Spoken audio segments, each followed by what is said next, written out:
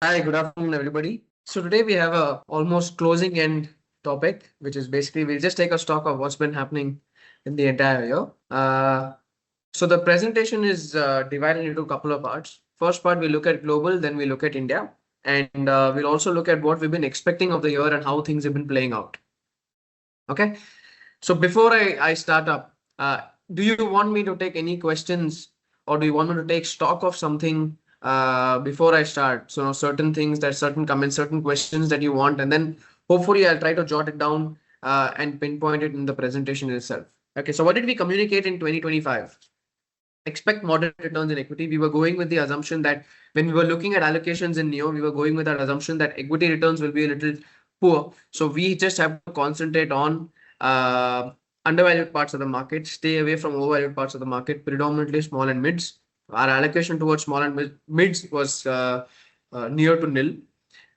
We had increased and maintained our weights in gold and silver, but 2026 is a period where reduction in these allocations are definitely required. So we have done that.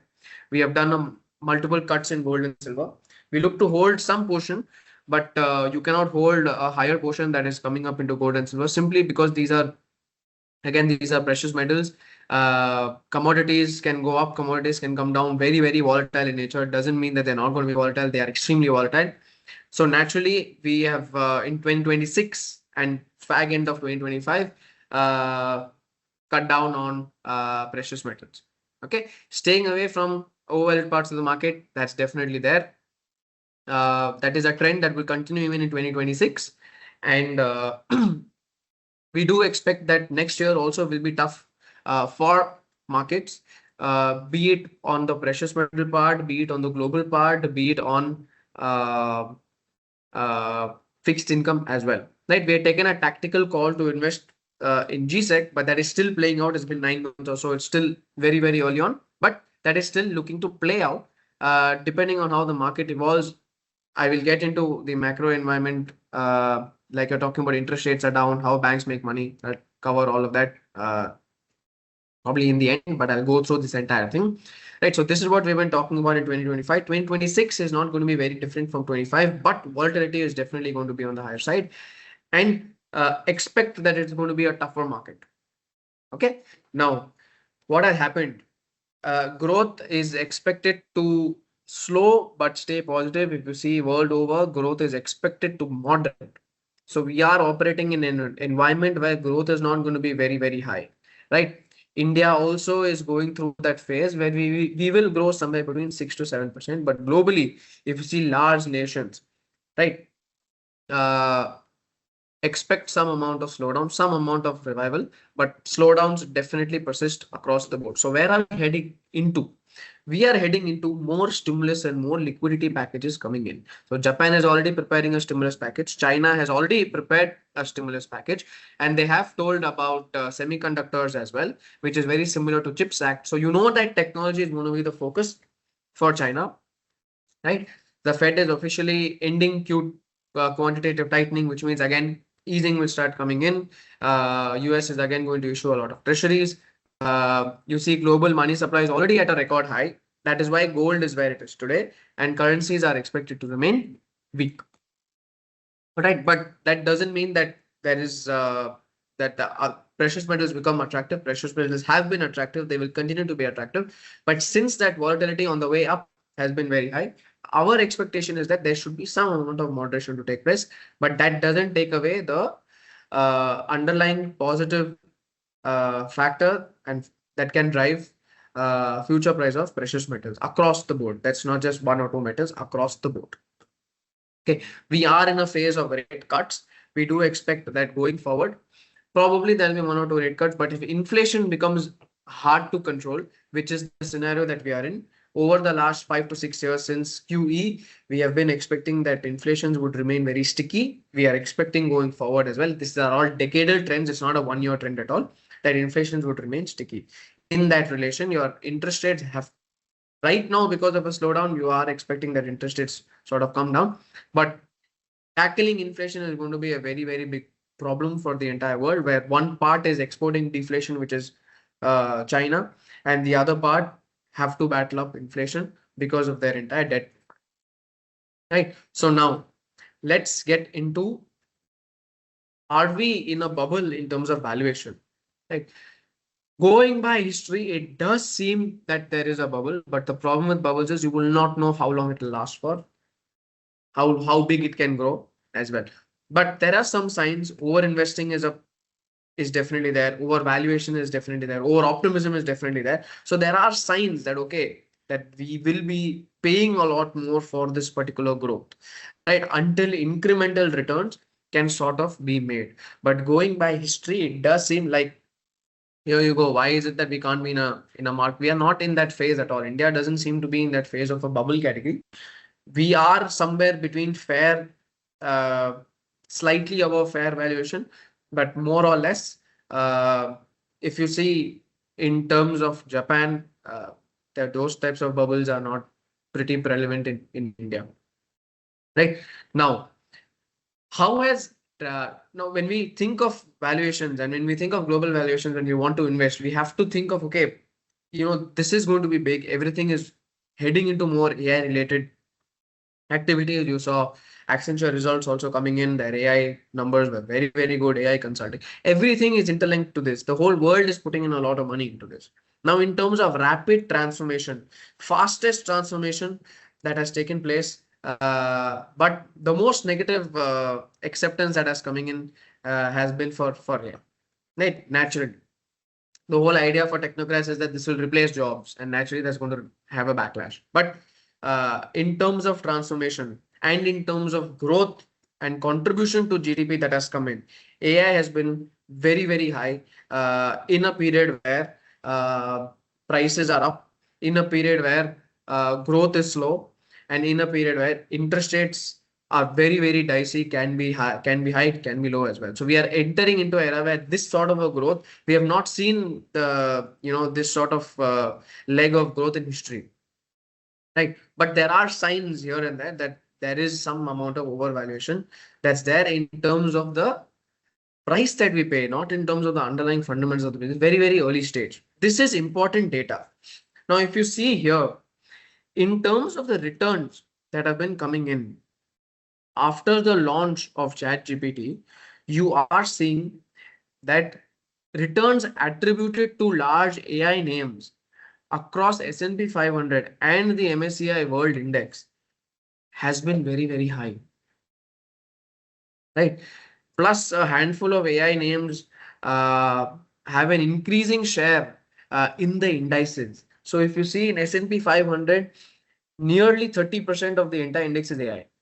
So we are running a very, very big risk here, and hence we will look to stay away from investing in US since valuations are a little bit on the higher side. Not that the opportunity is not there, the opportunity is definitely there. So we have other opportunities that we can look to invest in the US, but predominantly when we look at valuations and what we look to pay, slightly risky for us in terms of taking that particular decision. But world over, this is a very, very interesting data that we have to see, that after the launch, we have seen a lot of returns that have been attributed to AI names, and that the share of AI names has been going up in all the indices over the last 4 years. Right now, in terms of what the expectation is, now why am I talking so much about all these expectations? Because the next year and the next 2026 and 2027 are going to be vital years for us, because as we weather through all the global scenarios that are there in terms of tariff, trade wars, in terms of high inflation, also stagnant inflation, we still are a growing nation that has to spend money to put capex. Right. So that trend has to start for us, and we have to make our markets a lot more attractive, both in terms of debt and equity, for foreign money to come in. Usually, what happens in these aspects is that emerging markets tend to lead as new leaders, right, in these phases. And you've been seeing over the last couple of years that India has been doing very well from an index level and a performance level, and China is now looking to catch up. But that scenario is not that scenario is changing as more money is starting to go into China. If you see China, and I think there was a very good comment that came, China market is already rallied up on a lot. Is it a good time to invest? China market has been rallying over the last 2 years, but if you see from 21 up until now, you're seeing that only now it is starting to cross those levels, which means there's a long way to go and more growth stories are coming into China. So what part of China should you actually go and look at? We have been very active in terms of investing in uh, the Chinese tech businesses. So that is a very interesting avenue for us to actually look at in terms of investment. So yes, that still for us is a good time to go and invest. So what has been the impact of tariffs? See, more or less, I'm showing you some dated data, but more or less, we have been able to weather through all of these tariff related problems, right? And a trade deal is expected in the coming months for us. So the trade war seems to be at the fag end for the entire world. So geopolitical tensions seem to be coming off, right?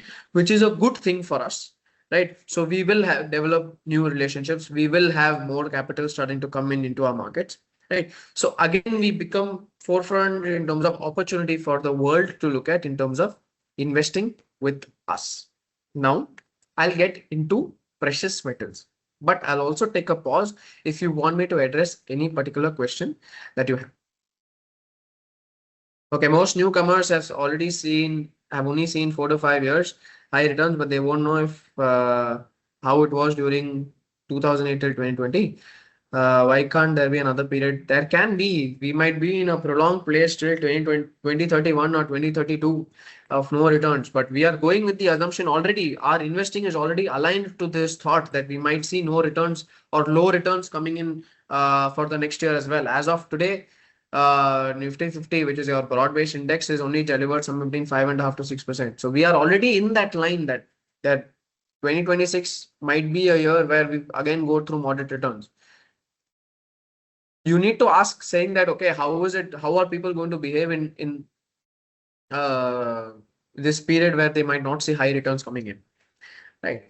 So because they are used to it, so naturally their behavior will look to change. Okay, when interest rates are down, how banks make money? Interest spreads will be squeezed.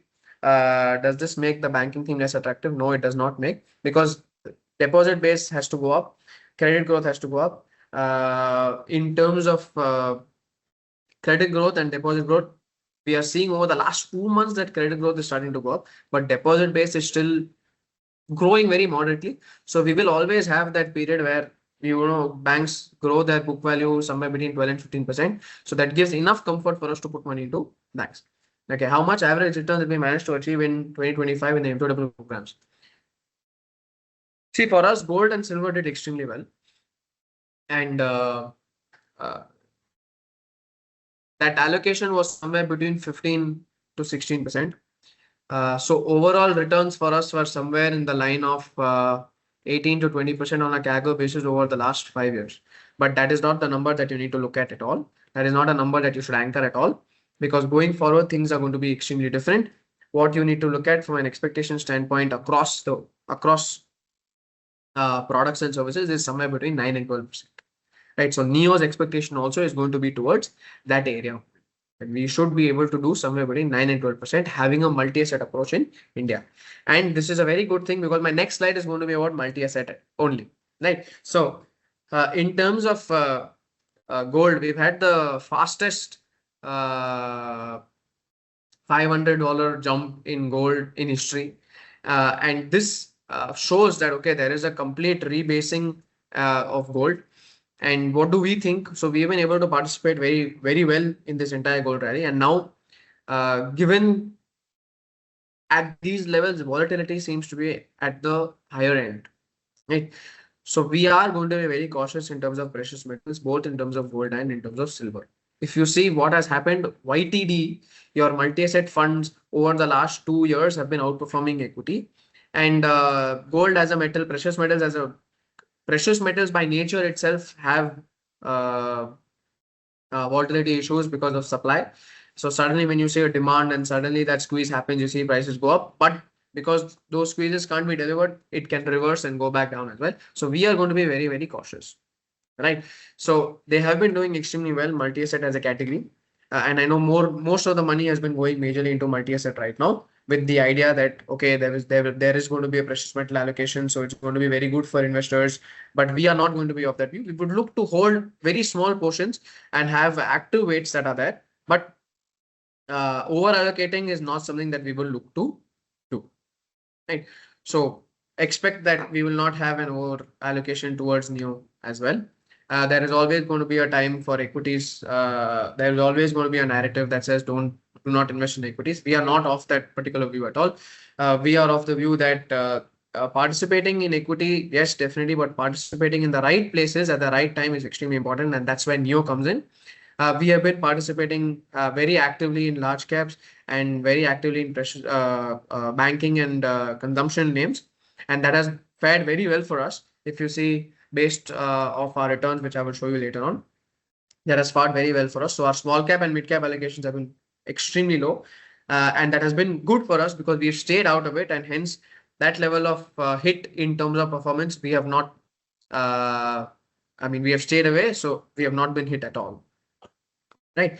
So in terms of CAGR, our expectation is going to be 9 to 12% in terms of this particular strategy. We do not think that these are going to be years where we can deliver 20, 25, 30% sort of names. No, our expectation going forward is that we would be able to do somewhere between 9 and 12%. Right. And what has happened in terms of this year? This year, we've seen financial services, banks do extremely well. Agree, but less and less deposits going towards bank is decreasing, right? Since many retailers are deploying the money into the market. See, it might not last for a long time because the equity markets are giving you that valuation and flows are going into equity market. Hence, people are going towards it. Suppose that goes away. Suppose perception starts to change and then valuation in people's minds starts to retrace back and be like, no, these are expensive valuations for me to do. Can't really put money. But if you see now with the more and more flows going into small and mid caps, if you see every month almost 4,000 odd crores is going into small and mid, right? So everybody is forced to go and buy certain names, whether it makes sense or not from a mutual fund perspective, institution money. So that can break anytime. So we are going to be very cautious, right? So these scenarios can change. So banking, financial services have been forefront in terms of performance, and that is what we have also benefited out of, right? So for us, going forward, our allocations probably will be skewed only in these places. However, we will look to add a lot more opportunity.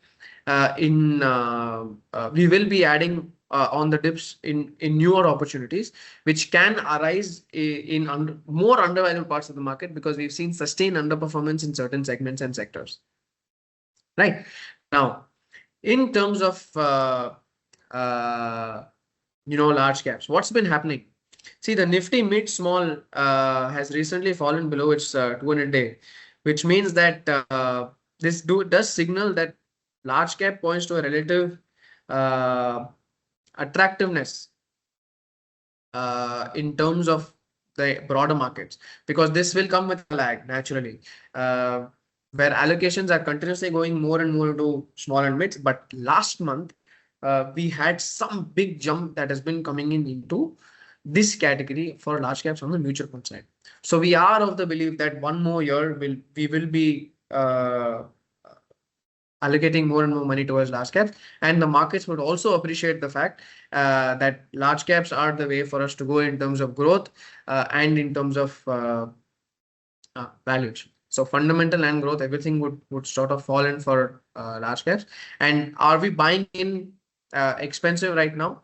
See, like I said, we are between fair and slightly above fair. So this market is not a cheap market or a very cheap market, but it's definitely not an expensive market. So we are going with that expectation that we would be paying fair valuation for the businesses that we're looking to buy, particularly on the large cap space. Small and mids, when we get a very good opportunity, is where we would look to scale up. So what is our expectation? We continue to expect moderate returns in equity. We reduce our allocations predominantly in gold and silver, and we are looking to again stay away from overvalued parts of the market, because we do think that there will be a big opportunity for us to invest in. We might get a broader opportunity probably at the end of next year or the start of 2027. So we will continue to stick in consumption, banking, financial services, and large caps as a theme. and we will look at tactical investments in fixed income, since NEO does have that opportunity to take advantage of debt allocations. Like, so I'll quickly go through NEO's framework. We don't have a cap on any asset class. There is complete top-down and bottom-up research on all asset classes. Plus, it is going to be concentrated across themes with a market leadership bias. So whatever theme we would take, we will go with that market leadership bias in terms of ideas that we look to invest in. Coming to top down and bottom up opportunities, bottom up definitely is going to be more active, where we will have direct equity. We do have the option of taking on high quality papers as well. And top down definitely is going to be a mix of active and passive, where we can take sectoral, global, and debt ETFs. Okay. The whole idea for NEO itself is building versatile portfolios that prosper in all markets. So we do think that this market going forward, multi-asset will again give you some amount of opportunity, maybe not in precious metals, slower allocation towards precious metals, but also some allocation that can go into the debt markets, because debt market is now becoming very interesting in India. You're seeing more liquidity being pumped into the system, but it's not being absorbed very well. So you're seeing a lot of volatility coming into debt markets. You're also seeing the currency depreciate very sharply. We've seen appreciation and no depreciation or low depreciation over the last 3 years. And you see now normalization starting to take place.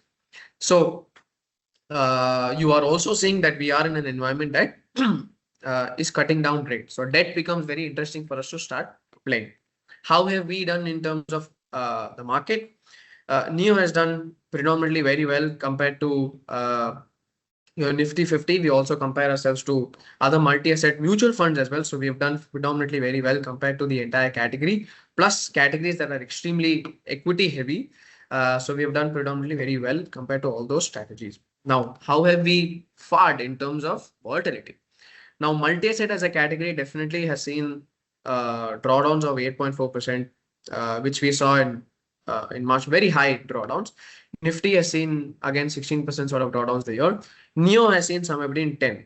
So we are taking slightly more risk, but at the same time, we are able to manage risk very, very well, right? Compared to a complete 100% equity sort of a product. Right? If you look at our allocation, this is a scheme-wise allocation. So if you see 80% currently is on the equity part. Cash, we have some amount of position. Debt, we are starting to build very aggressively, and precious metals still continue to remain somewhere between 11%. However, we are on the way of reducing that particular allocation. Right. So where do we stand in terms of risk? NEO's expectation again is average inflation plus 5 to 7%. Again, expectation is going to be somewhere between 9 and 12%. Now, where do we operate? We operate somewhere between conservative and moderate in terms of risk appetite. Right. Likewise, for a PMS, minimum is 50 lakhs. There's a fixed fee of 1.5% per annum. There is no profit sharing model at all. Thank you so much for your time. I'll see you all next week again on the M2W webinar. Have a great weekend. Thank you guys so much.